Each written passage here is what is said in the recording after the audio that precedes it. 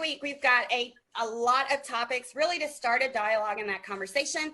And the first topic is going to be, ooh, guys, do you all see that? Communication with generations. Oh, God. Interesting. With across generations, generations within, each other if you belong, but also to generations above us and below us. Communicating. So we'll go ahead and start with that topic. Communicating with generations. Who would like to begin? I'm going to say it's different with each generation.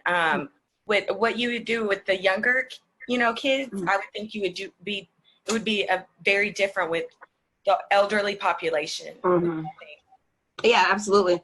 I think you have to keep in mind the context of the experiences that the younger generation has versus the older generation and what they have had. And if you keep in context their experiences and what they bring to the conversation, that's going to help you tweak how you communicate with them. For example, I talk to my daughter, and of course I have to be open to all of these current events, mainly about celebrities and who said this and who did what, versus when I talk to my mom, she wants to talk about the news. She wants to talk about the economy. She wants to talk. So just being able to wear different hats and knowing who your audience is when you're talking to different generations and being able to adjust based off of that audience, I think is important.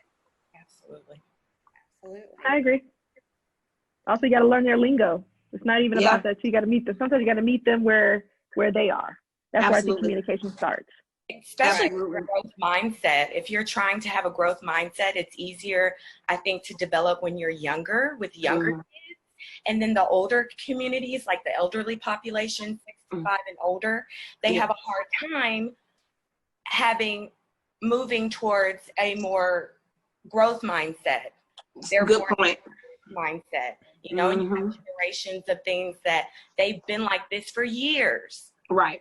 They've been functioning like this, whether they have unhealthy coping skills or healthy coping skills. This is the way they've been communicating with each other, right.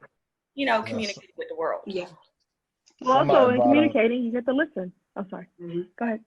That's true. I brought up an example the other day with this crisis. People were like, man, it feels like it was back when we had house phones and we had to call people, collect, and try to figure out long distance because we couldn't really just have rapid communication with everybody. You couldn't see it. Yeah. You have to see where they're coming from, see where the kids are coming from and go to where they're communicating. How do they talk to each other? Most kids talk through emojis and text language nowadays.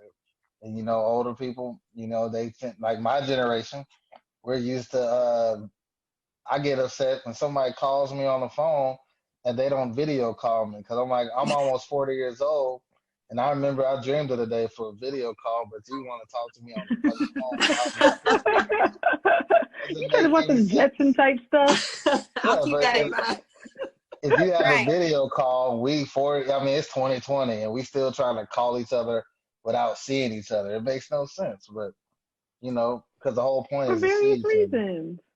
Right. That's a very interesting point. And I would have never, ever thought about that, which I think another topic to bring to the table based off of what Danielle just said about the fact that, with older people versus younger people, and I think Toya just said the same thing, knowing the jargon, knowing the lingo. I think another thing that we have to keep in mind when we're talking across generations is I feel like when I'm talking to the younger generation, I feel like I'm the teacher. I'm the mentor, and I have to maintain a certain decorum in conversations with them because I feel like they're looking up to me, and I have to be the model and set the example. But then when I switch over to a conversation with an adult, again, for example, my mom, I have to sit back and be ready to be the student, be ready to be the mentee and listen rather than thinking that I know it all and can talk all, because like you said, that growth versus fixed mindset, Danielle, our parents and that older generation, they have that fixed mindset. They feel like they know it all. So when they talk to us, they want us to just be receptive of what they're saying. They don't really want to hear what we have to say for real because they're like, you don't know, you haven't lived. But then you can talk to the younger generation and they're gleaning. They can't wait to hear what you have to say. You know what I'm saying? So, yeah. It's called code switching. You know about code switching. We all know about code switching. Tell us about it, Toya. What's code switching? What is it? I said, y'all know what it is. It's when you step into a certain environment, you have to be a certain type of person that they that they see that you want to, that, you know, you have to embody that. You step into that zone, you have to embody that. Yeah. You have to code switch with your kids, with the students. Yes. Absolutely. The personalities, on their backgrounds, their experiences. Sometimes approach things a different way in order to allow them to understand. So it's almost like code switching to help them understand something better, or concept. Yeah. Sometimes when I'm acting certain things out, like, because sometimes I can be that teacher that, like, down with them. You know what I'm saying? Like, I'm like goofy with them, hanging with them, doing the same thing, going outside playing basketball with them, running up and down, racing them, you know. And then, you know, I step back, I have to be this. And they're like, oh, what happened to the fun one? I'm like, no, it's time to learn. It's time to this. You know, and then teaching in Arizona, I taught right by the border. Like, I literally can see the border. So everybody who was there at my school, they were straight, you know, they're Hispanic. So listening to how they're talking, their parents come in and talk to me about how they expect their education to go. And half the time the kids were translating for them. So I don't even know if anything was lost in translation there either. So that was a whole lot of communication. They probably could have been telling their mama something. I don't know. I'm just saying. But that's where Steph said.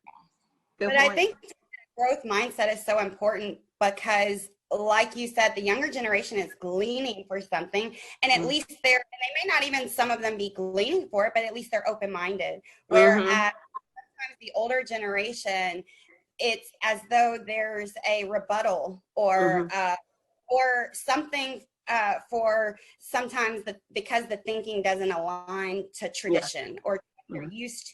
And it's like you said with the habits, it's sometimes to break people out of those habits that they've been used to that sometimes aren't healthy, to get them to see that there is growth on the other side, that I may say it a different way. I may be more direct. Our generation is like 140 characters or less to get to the you know, whereas sometimes our parents want us to sit down all day with them, you know, get off your phones, things like that. Different for a person who's our age, whose business kind of runs by this, who, you know, things like that. Very different. Yeah, that's a good point. If you want to talk to somebody, you got to know where they're coming from. That's first and foremost. Thank you. I think if you're going to have kids, you got to be able to listen to them. If you have students, you got to be able to listen to them. If you can't listen to them, and listening to them means if they say the F word, you got to be cool with it. If they say the B word, you got to be all right with it. If they let something slip that they didn't mean to slip, you got to be okay with it. Because if you can't handle a curse word here or there, or if you can't handle a crazy story or a different slang, you're never going to be able to connect with those students. And that's the thing. You know, you have to be able to figure out who they are, where they're coming from, what they plan on doing. And that's a big part is just communication. It's just listening and valuing their story. Because if you don't value their story, they're just going to be thinking they're going to hate you, period. If you don't think they're going through something rough or like struggle, because everybody has their ego. And kids have egos just like adults do. But, you know, Harrison, I always struggle with that. Like what you just said was my biggest struggle in education. And it's even my biggest struggle even right now as a parent of 3 or a mother of 3. What you just said, like my students and my children feeling comfortable enough to talk to me from the heart, the way they know best and the way they can best communicate. And I'm too busy critiquing going, no, it ain't, it is. You know, and it's not, you know, it's not this, it's that. And how dare you say that? And it not, yes, ma'am. You know, so they can't even get their story out because I'm constantly interjecting myself and interrupting so that it fits the way that I want it to fit or sound the way that I want it to sound. And that's a challenge for me. And I think that's a challenge for a lot of adults. That's a challenge for a lot of people in general. Well, a lot of times we're listening to respond. We're not listening to truly listen. Right. Well, think about yes, ma'am, and yes, sir, and all that stuff. Where did that come from? Like, it's like slavery. Who made that a sign of respect? Like, yes, sir. I think that's like the noblemen in England back in the day, the knights and round table, and yes, fair maiden, madam. You know, like we got to think about there's different ways that people show signs of respect right now. And if a kid walks up to me and calls me an OG, I'm like, yeah, that's what's up. I'm not about to be like, you should have called me sir. I'm like, yeah, what's up? I'm an OG now. I'm good. So I think that you have to start listening to different ways that kids to show respect. Sometimes they respect you differently. With If a dap. girl, yeah, with a dap, like with a hey, what's up, doc? Like Yeah. they know, like coach. Like I mean, I don't know if we all been in those positions where kids they call you what they want, but it's a term of endearment and it's a sign of respect. But they call up like they'll go up to the main principal and be like, "Hello, Principal Jones," and like that's disrespect, like straight up. So, What? I think it's the way you say things too. It's the way you say things. But also too, I think it's where you're from. In the South is where the yes ma'am, no ma'am is. And then in the North, I say yes ma'am, no ma'am. They're like, why you calling me old? Right. I'm like, that's not old. I would have got knocked in the mouth if I would not said yes ma'am. After, yeah, or no ma'am, whatever, please and thank you right after. They're like, just call me by my first name. I'm Cheryl. I'm like, okay. Like I got a bad, like I was telling Karen, I was like, girl, I was so upset. I'm in teaching in Arizona. And I said to all my classmates, or not classmates, to all my students, I said, okay, y'all, now from Texas, that's just normal. That's actually just lingo. That's part of the language.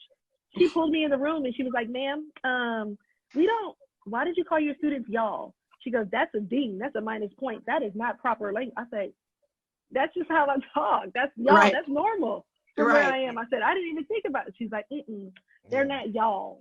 I was like, wow.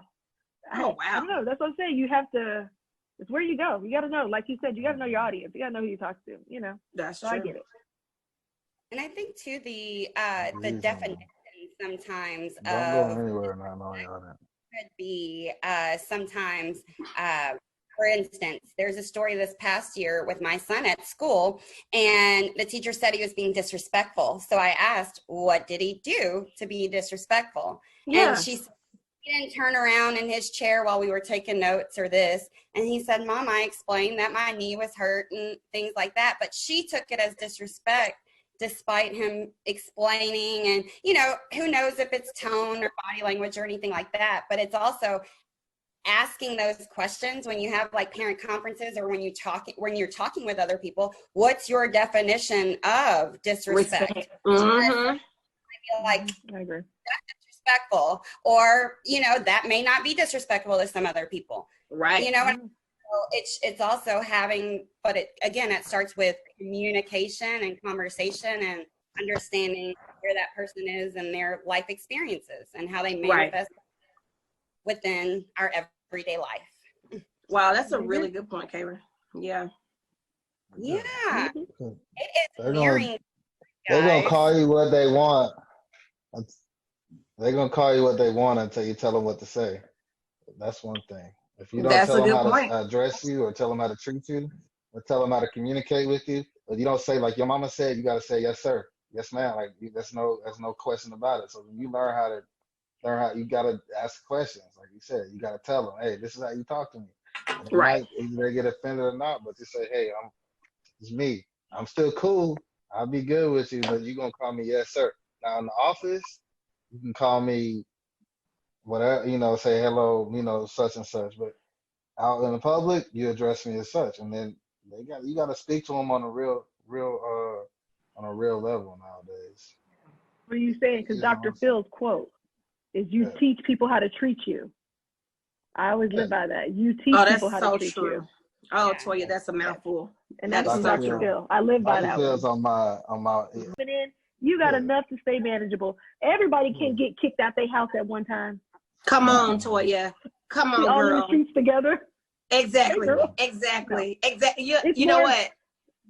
And to your point, Toya, TD Jakes just talked about that Sunday. And he said it's been a resounding mantra of his throughout this whole COVID pandemic that, we're talking about we're sheltering in place and how we're just suffering so bad because we're having to stay at home. He said, but you're in the comfort of an air-conditioned home or a heated home if it's cold. You got cable TV with over 100 channels to watch. You got your social medias, your cell phone devices. You've got tablets. You've got refrigerator full of food. You got a stove top full of dinner. He says, but what about some places that are really sheltered in place where people actually have nothing?